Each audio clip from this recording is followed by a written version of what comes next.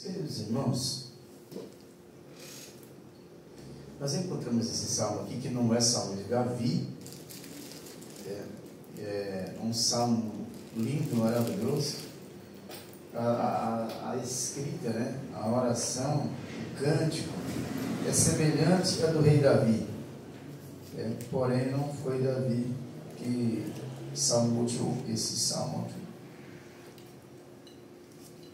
E ele tem uma inspiração maravilhosa para os nossos dias de hoje. E nós encontramos hoje quantas pessoas nesse estado, em que se encontravam aqui esses filhos de Corá. Hoje, irmãos, devido à nossa carga de trabalho, né, e muitos afazeres que vêm sobre nós, a tendência é de que a gente fique bastante estagnado, bastante cansado, né? E muitas vezes a alma muito abatida. E aí é que nós precisamos confiar muito em Deus e buscá-lo para que nós possamos sobressair. O Salmo 42, ele está salmodiando a Deus, mas é interessante que como se fosse não, era um desabafo. E ele começa dizendo: como suspira a costa pelas correntes das águas, assim por ti, ó Deus, suspira a minha alma. Ou seja, deseja, clama, né? Tem necessidade de ti. Então, ele começa dizendo que a alma dele está extremamente sedenta por sentir a presença de Deus. E como irmãos, a vida daqueles que servem a Deus, que servem a Deus de verdade, que eu estou dizendo, não é aqueles que só fazem conta que servem, mas não servem. Então, essas pessoas, por mais que elas se encontrem cansadas, por mais que elas se encontrem atribuladas, mas a alma suspira por misericórdia. A alma deseja a presença de Deus. Aleluia. É isso? Então, quando nós estamos nessa situação e são verdadeiros crentes, não é aquele tipo de pessoa que quando vem esse cansaço, quando vem essa tribulação de espírito, a pessoa ele se afasta de Deus. Aí ele volta a fazer as primeiras práticas. Muito pelo contrário. Quem realmente serve a Deus, quando acontece isso, sabe o que ele faz? Ele vai derramar a sua alma na presença do Senhor. Aleluia, Jesus. Como aqui fez o salmista, né? Como suspira a costa pelas correntes das águas, assim por ti, ó Deus, suspira a minha alma.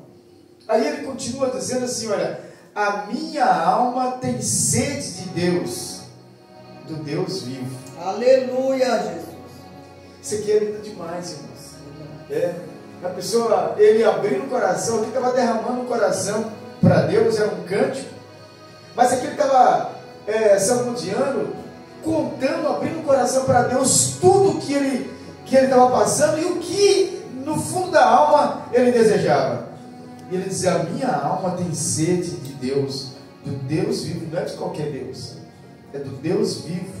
Aleluia. Quando irei e me verei perante a face de Deus?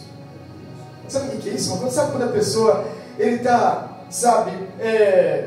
bastante atribulado e a alma dele deseja muito ver Deus, deseja muito sentir a presença de Deus? Então ele mesmo salmodia e ele mesmo faz a pergunta. Ele diz: quando eu irei e me verei perante a face de Deus? Quando isso? É o anelo, é o desejo, sabe? É aquela vontade muito grande de estar na presença de Deus. Ao contrário das pessoas que não servem a Deus de verdade, no primeiro problema, sabe o que eles fazem? Eles se recuam. Eles param de vir para a igreja, eles param de buscar a Deus, aí volta a beber, aí volta, bagunçar, farrear. Mas o verdadeiro cristão, aquele que realmente tem Deus na sua vida, ele faz o contrário. Aí é que ele vai derramar a sua alma, o seu coração perante o Senhor. Aleluia, Jesus. E no versículo 3 ele diz assim: as minhas lágrimas. Ah, irmão, oxalá que toda a igreja vivesse esse versículo. As minhas lágrimas têm sido o meu alimento dia e noite. Isso aqui, irmãos, é para a gente entender como é que é a vida de quem realmente ama a Deus. Olha só o que ele está dizendo: as minhas lágrimas têm sido o meu alimento, não só de dia, mas de noite também.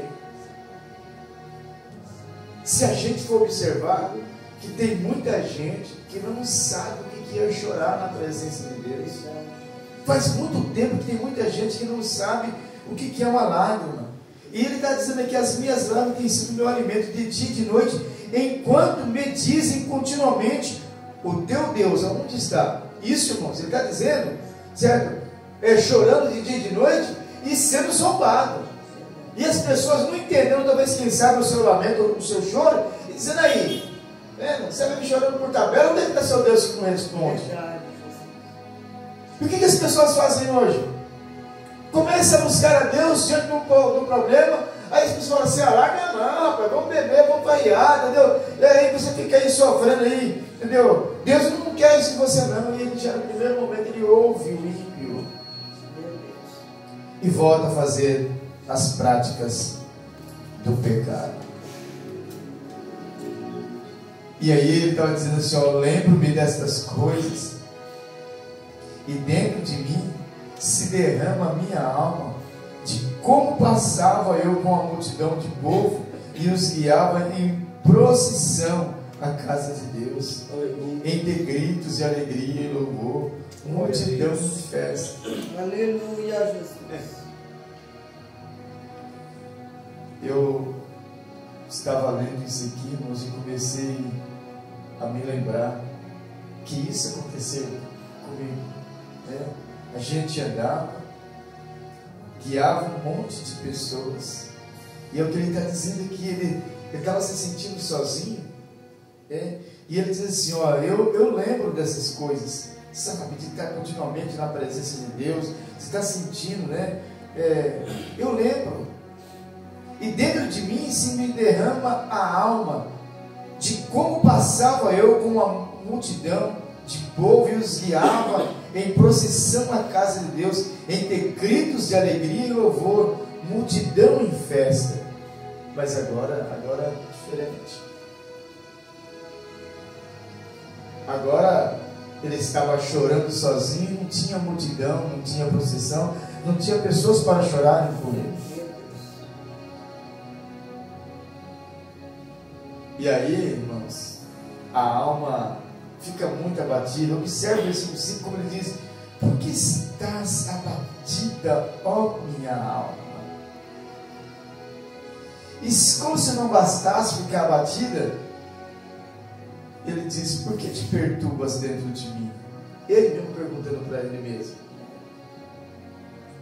Porque isso, irmãos, muitas vezes nos traz perturbação, porque você olha para um lado, você olha para o outro, e está sempre a mesma coisa. As pessoas se esconderam, as pessoas se afastaram, e quando você está sozinho, é como se fosse uma solidão, como se fosse uma dor no peito, e a nossa alma fica perturbada, porque surge uma interrogação: é eu?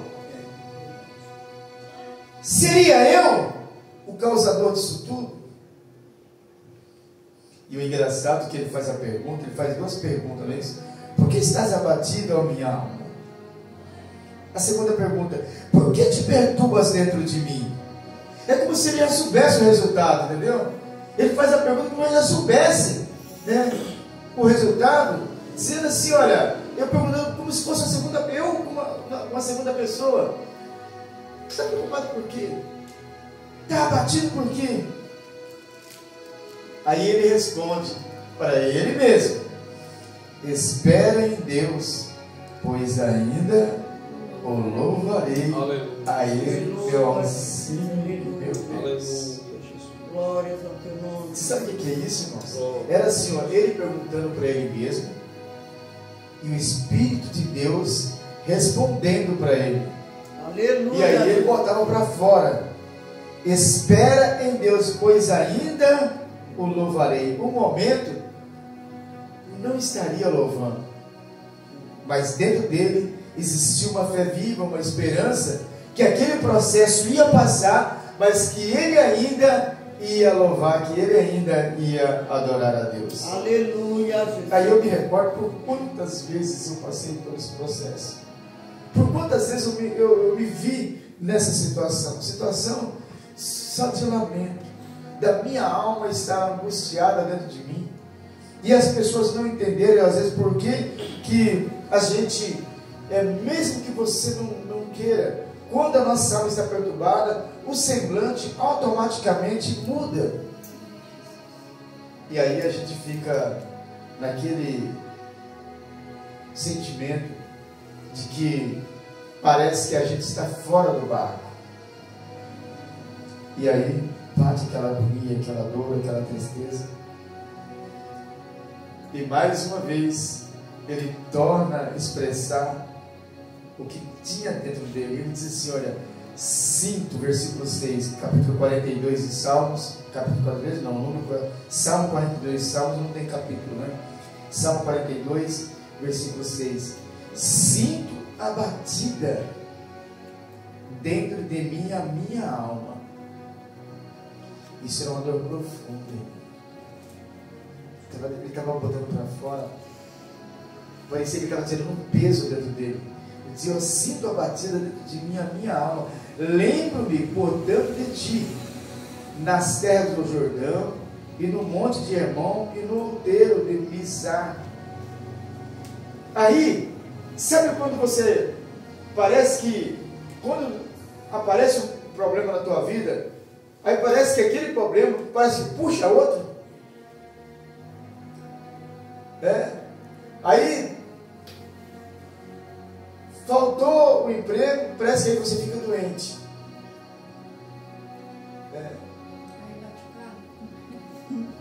Teve uma época na minha vida que foi tão assim, nossa, eu não chorava perto da Josiane para não mostrar para ela que eu já estava baleado, mas na frente dela eu mostrava que era forte. Ela falava: mas por que está acontecendo isso? Eu falei: propósito de Deus, a gente não tem que questionar Deus. Por que você está perguntando isso? Deus vai ficar irritado com você, mas dentro de mim também eu perguntava. Foi uma fase muito difícil. Foi quando o Gabriel era pequenininho, sofreu um acidente, né, com a eletricidade. Ele colocou a mãozinha na tomada e aí queimou toda a mão. E eu pastoreava o Jabaquara nessa época. E ninguém dos irmãos se oferecia para ir lá revezar com a gente no hospital. Eu tinha que ficar lá dia e noite com ele, porque ele era bebezinho. E eu tinha que trabalhar. E aí, bateram no meu carro. Estourou o pneu, amassou. Aí no outro dia, Ele arrumou, aí bateram de novo. arrumei, no outro dia bateram de novo, do outro lado. Que fase! Peguei conjuntivite. Depois ela pegou conjuntivite. Bem no dia da cirurgia dele. Aí a minha sogra teve que vir, né, para poder revezar comigo, porque ela já não podia. Foi uma situação muito... Parece que era um abismo chamando o outro. O versículo 7 ele diz exatamente isso. Um abismo chama outro abismo. Ao fragor das tuas catadupas, todas as suas ondas e vagas passaram sobre mim. Ele sentiu como se fosse um turbilhão passando por cima dele. E o engraçado, e quando era de noite, eu tinha que ir lá na igreja dirigir o culto. Mas não tinha ninguém, a gente não recebia visita. E mesmo nós falamos assim: quer que eu vou ficar um dia lá? Só falava assim: se eu pudesse eu ir, outro não, entendeu? E por fora, assim, irmãos, eu mostrava forte, mas por dentro estava arrebentado. Eu ia lá cobrir a Josiane para ela ir para casa, né? Tinha um vídeo pequenininho. E de noite eu ficava, de dia ela ficava porque eu tinha que trabalhar. Aí quando chegava em casa, a minha cabeça parecia uma caixa d'água, né? Eu chorava muito. E toda vez que eu ia lá render ela, né, para ela ir para casa, ela ficava, por quê? Se nós somos dizimista fiel, nós somos ofertantes, você é pastor, estamos dirigindo a igreja. Estamos errados, meu amor? Para com isso. Para de ficar questionando. Porque tudo é propósito de Deus. E nós temos que passar por isso. E Deus sabe tudo, né? E Ele faz tudo de melhor para nós. Você não tem que perguntar a Deus. E ainda falando, porventura pode o barro dizer para ele, por que tu me fazes assim? Mas eu não aceito isso. Então, para a gente parecia que tinha um turbilhão passando por cima da gente. Mas ele diz assim, olha, versículo 8: contudo, o Senhor durante o dia me concede a misericórdia, e à noite comigo está o seu cântico, uma oração ao Deus da minha vida. Glória a Deus. Irmãos, eu fico pensando quando esses meninos escreveram esse salmo aqui, o tamanho da gratidão que eles tinham por Deus fazer com que eles entrassem no problema, mas que não abandonassem eles no problema, e eles vencendo etapas por etapa. Eu entendo, irmãos, que era uma etapa vindo após outra, e eles sempre constantes, com a alma desejosa. Tanto é que o versículo 5 vai se repetir lá no versículo 11. Ele vai encerrar com a mesma fala, e nós vamos chegar lá, Mas aqui ele diz: contudo, o Senhor durante o dia me concede a sua misericórdia. Você sabe por que dizer isso, irmão? Porque durante o dia é o momento em que você está no labor, e é o momento que você mais está propício a errar diante da situação. É que você vai ficar falando, é que você vai ficar criticando, murmurando, e aí é que vem as misericórdias do Senhor. Aleluia. Sobre as queixas, sobre as inconformidades. Às vezes nem murmurar murmuro, mas a minha inconformidade aborrece a Deus, e é aí que Deus precisa entrar com a sua misericórdia pelas minhas inconformidades. Mas ele dizia: à noite comigo está o cântico, ou seja, uma oração ao Deus da minha vida. Aleluia, Jesus. Então, de dia ele chorava e se lamentava, e à noite, como diz o versículo, as minhas lágrimas, versículo 13, minha lágrima tem sido o meu alimento de dia e de noite. Então era só choro de agradecimento. Mas de dia era o clamor pela misericórdia, à noite era agradecimento. Aleluia. Por terem sido mais um dia, por estar passando por aquele processo, mas sentindo o carinho de Deus. Louvado seja o nome do Senhor. Isso é lindo demais, né? No versículo 9 ele diz assim: digo a Deus, minha rocha, por que te olvidaste de mim? Por que hei de andar eu lamentando sobre a opressão dos meus inimigos? Olha, irmãos, eu vou dizer uma coisa para vocês. Aqui, a luta dele não era só espiritual, como material. E dá-se a entender pela repetida fala que ele tinha muitas pessoas que ficavam zombando dele, pessoas que ficavam criticando, sabe? Sabe aquela pessoa que fica na janela? Você sai da porta e você está na janela te secando. Você vai nas portas do fundo e a pessoa está lá no muro, sabe? Te olhando. Não dá a impressão que de repente, em determinado momento da vida, tem pessoa que fica, sabe? Por que você está fazendo isso? Ô, você foi aonde? Já passou por momentos assim? Você comprou? O que você comprou? O que tem nessa caixa aí? Trocou de carro? Mas isso enfada a gente. Sapato novo, hein? Você já está, né? Fez chapinha no cabelo, o que você tem que ter essa cara hoje? Você não está muito alegre demais, não? Muito alegre, eu gosto, hein? Irmãos, aquilo vai dando, sabe? Isso vai te tormentando, sabe? Vai te massacrando. Parece que não, mas é uma maneira que o inimigo tem de te enfadar. de fazer você ficar aperreado. E se você não sair para fora, quando te vê, o que foi que tu sumiu? Meu Deus. Está com problema? Você está doente? Essa é depressão, hein? Aí de todo jeito, irmão, tinha que falar. Era isso que estava atormentando ele. Né? E ele então sentiu-se atormentado. E disse: por que eu hei de andar lamentando sobre a opressão dos meus inimigos? Ele estava questionando, ele estava perguntando: por que eu tenho que fazer isso?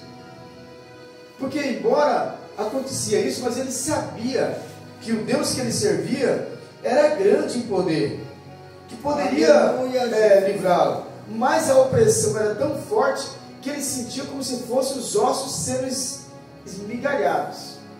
Não é isso? Sendo esbagaçados. Porque era muita opressão. E no versículo 10 ele completa dizendo assim: esmigalham-se-me os ossos quando os meus adversários me insultam, dizendo e dizendo. Isso que eu acabei de falar agora para os irmãos. Se é no emprego, está fazendo o quê? Você não está vendo?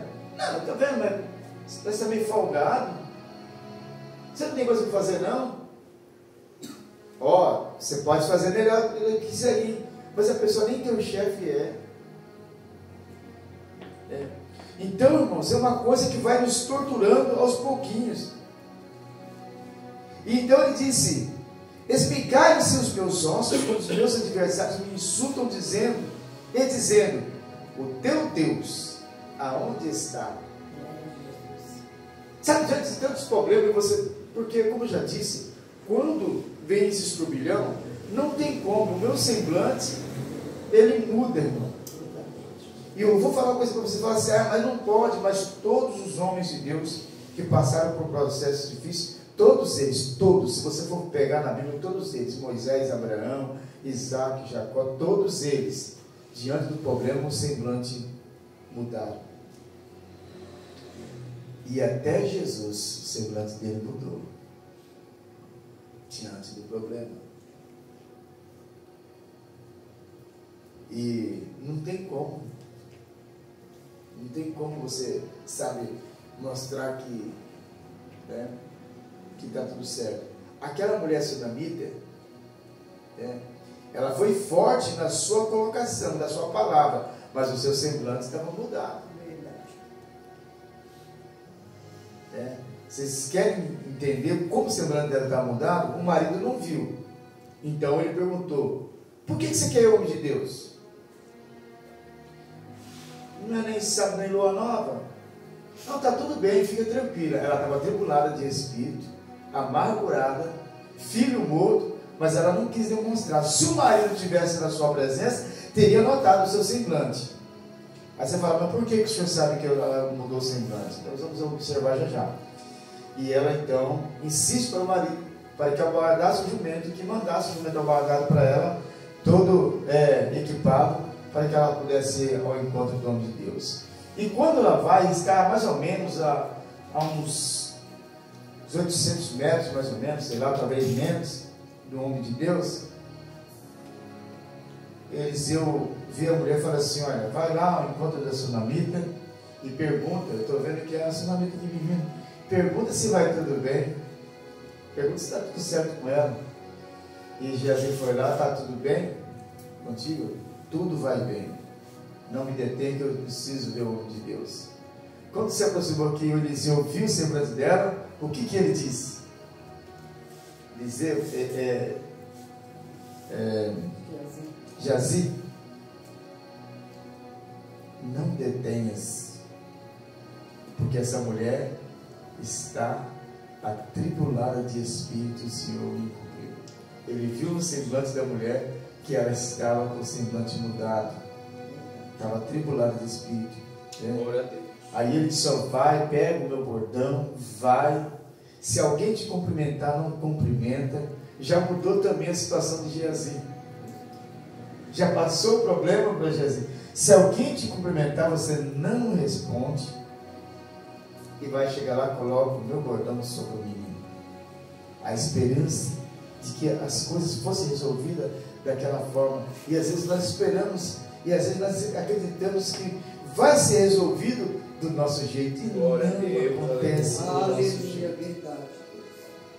Quando nós estamos no processo de provação, de luta, de alma batida, atribulada, a gente quer estabelecer um prazo para o fim daquilo.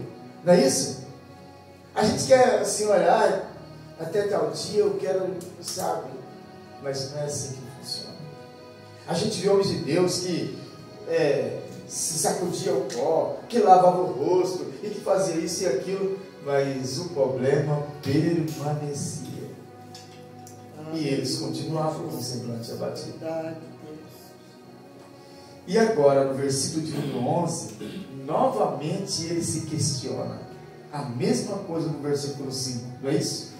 Mais uma vez, diante de todo esse processo, de todo esse problema, de tudo que ele apresentou a Deus, mais uma vez ele pergunta, porque ainda estava dentro dele aquela situação de amargura. E mais uma vez ele pergunta para si mesmo: por que estás abatida, ó minha alma?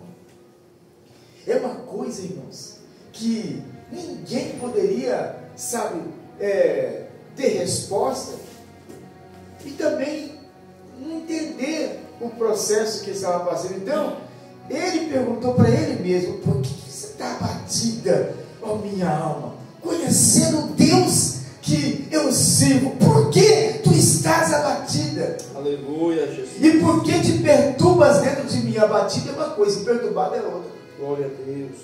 Abatido você fica meio isso. Aquele... Triste, né? E perturbado você perde o sono. Perturbado você perde a fome.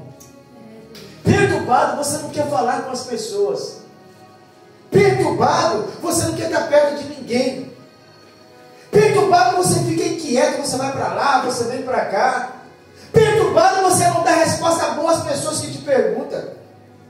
Perturbado você não tem condições, mal consegue falar com Deus, porque você está perturbado. E ele dizia: por que está abatido? Abatido. Eu falo baixinho. Abatido eu choro muito. Aleluia. Perturbado, às vezes eu me fico agressivo. Perturbado, eu não quero ouvir ninguém. Como eu já falei, perturbado, eu vou perder o sono, pouco eu vou dormir. Perturbado, vem uma preocupação por coisas fúteis. Perturbado, eu não consigo trabalhar direito, o patrão fica chamando a minha atenção, porque eu estou perturbado, não consigo dirigir direito, atravesso o semáforo fechado, tomo multa, entendeu? Porque eu estou perturbado. Perturbado, eu faço com que as pessoas que estão ao meu redor fiquem desgostando de mim. Então ele dizia: por que estás abatido, minha alma? Por que te perturbas dentro de mim? E mais uma vez ele responde para ele mesmo, sabendo qual que era a solução: espera em Deus, pois ainda o louvarei, porque até o momento não estava e não tinha condições de louvar, porque estava perturbado. Perturbado, eu não consigo louvar a Deus. Mas ainda existia esperança. Ainda o louvarei, a Ele meu auxílio e Deus meu. Aleluia, Jesus. Isso aqui, irmãos, é para você parar, pensar. E todas as vezes que você ficar abatido e perturbado, lembrar que eu posso perguntar para mim mesmo. E eu posso responder: Jesus. se eu tenho um Deus, por que eu estou desse jeito? Porque eu sei que o meu Deus, Ele luta por mim. Eu sei que o meu Deus, Ele peleja por mim. E jamais Ele vai me deixar eu lutar sozinho. Então, que essa palavra, que essas duas perguntas e essa afirmação possa fazer parte do nosso cotidiano. Aleluia, Jesus. Sempre que se encontrar assim, pergunte para você mesmo: por que estás abatida, minha alma? Não é isso? Eu parece ver assim, você vai ter um diálogo com ele mesmo. Por que está abatida, minha alma? Oxi, qual que é o B.O.? E por que está tão perturbado dentro de mim? Se aquieta. Aleluia, Jesus. Se aquieta. Glória a Deus. Quantas vezes eu não me vejo assim, sabe? E quando eu estou perturbado, irmãos, eu fico rolando na cama para lá e para cá. Eu fico tentando achar um jeito, sabe, daquela aflição, aquela agonia. Saio para fora, entro para dentro, vou para o quarto, vou para a cozinha. Os cachorros latindo me irritam. O passarinho que canta tão bonito cantando, dá vontade de pegar ele. Pagar na panela. Sabe? Um paieiro, sabe? Dá vontade de... É isso. E a paciência passa longe. Verdade, desse jeito. Então, eu posso fazer essa pergunta para mim. E eu posso responder também. Aleluia, Jesus. Espera. Porque a maior dificuldade das pessoas hoje é saber esperar. Meu Deus. As pessoas não têm paciência para esperar em Deus. Aleluia, Jesus. Então, tudo que eu tenho que pedir para Deus é para Ele se compadecer de mim, ter misericórdia de mim, não é isso? Aleluia. Como já diz o versículo, né? De dia tem misericórdia de mim. Isso aqui é muito lindo, irmãos. De dia tem misericórdia de mim.